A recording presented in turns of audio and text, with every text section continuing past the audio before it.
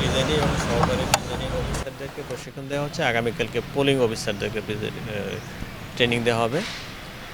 পরশু এবং এর পরদিন আমরা ডিমলাতে দিব।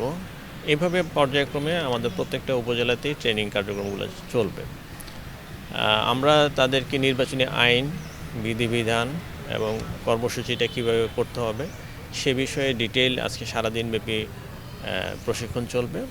আমি এবং আমাদের এসপি মহোদয় আমরা এবং সার্কেল এসপি, আমার এডিসি এবং ইউনো আমরা সবাই এসেছি তাদের সাথে মত বিনিময় করতে, তারা কীরকম ফিল করছে, তাদের অন্য কোনো চ্যালেঞ্জ ফিল করছে কি না, হ্যাঁ, তাদের প্রিভিয়াস এক্সপিরিয়েন্সগুলো আমাদের কাছে শেয়ার করছে, যেমন নির্বাচনী সামগ্রীগুলো সঠিক পাওয়া যাবে কি না, আমরা সেগুলো নোট নিয়েছি। আমরা সেগুলো যাতে কোনো ধরনের সমস্যা না হয় নির্বাচনী সামগ্রী পেতে অথবা তাদের যানবাহন পেতে, অন্যান্য বিষয়গুলো আমরা দেখছি।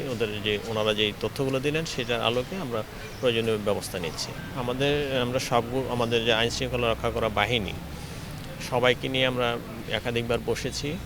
আমরা ওরকম কোনো থ্রেট পাইনি। তারপর আমরা সর্বোচ্চ সতর্ক অবস্থা থাকব। আর আমরা যতটুকু বুঝতেছি অত্যন্ত উৎসবমুখর পরিবেশে ব্যাপক উপস্থিতিতে ভোটারের উপস্থিতি হবে। সেই জন্যই আমরা কনসার্ন যে সময়টুকু আমরা কতটুকু সময়ে আমরা ইলেকশনটা উঠিয়ে নিয়ে আসতে পারবো, কারণ কাউন্টিংয়ের একটু সময় লাগবে। সেই জন্যই সবাইকে সচেতন করছে। আমরা কোনো আশঙ্কা দেখছি না। আমরা আশা করছি একটি সুষ্ঠু, সুন্দর এবং শতবর্ষী ইলেকশন আমরা উপহার দিতে পারব।